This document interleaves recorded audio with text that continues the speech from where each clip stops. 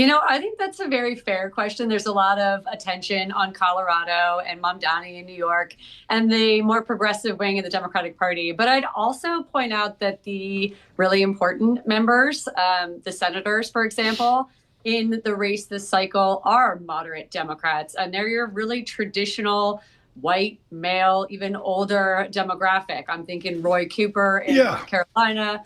It's not entirely correct to say that this is a progressive wave. It's really more of a youth wave, in my opinion.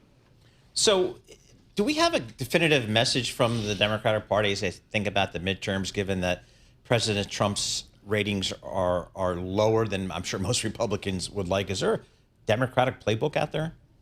The playbook is affordability. If you can't start with affordability and have a conversation that stems from that, they're not allowing you to have the conversation.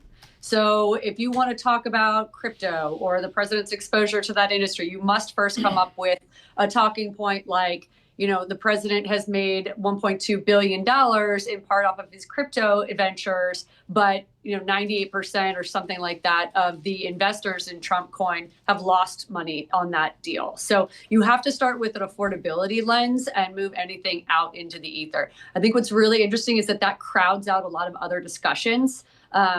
AI regulation, for example, is just not prime time for that. If you're not talking affordability, you're off message and the party wants you to stay on it. And so I guess what we all learned over the last week or so is that President Trump has made, and his family have made, quite a lot of money in the past year through a variety of their businesses and investments, including crypto. Is that not a political talking point for the Democrats, or are they just going to leave that alone?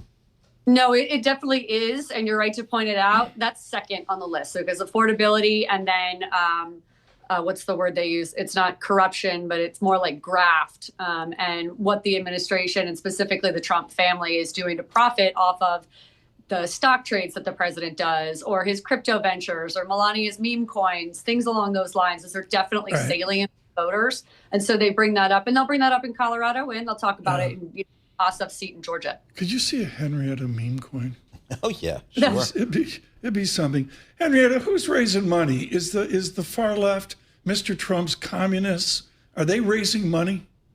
They are raising money, but I would point out something that I think is really shocking. So the president declared several months ago, maybe even a year ago now, that he was going to have a midterm convention, very unorthodox, but huge fundraiser, right? So they set it for early September. Democrats don't have enough money to throw one of their own.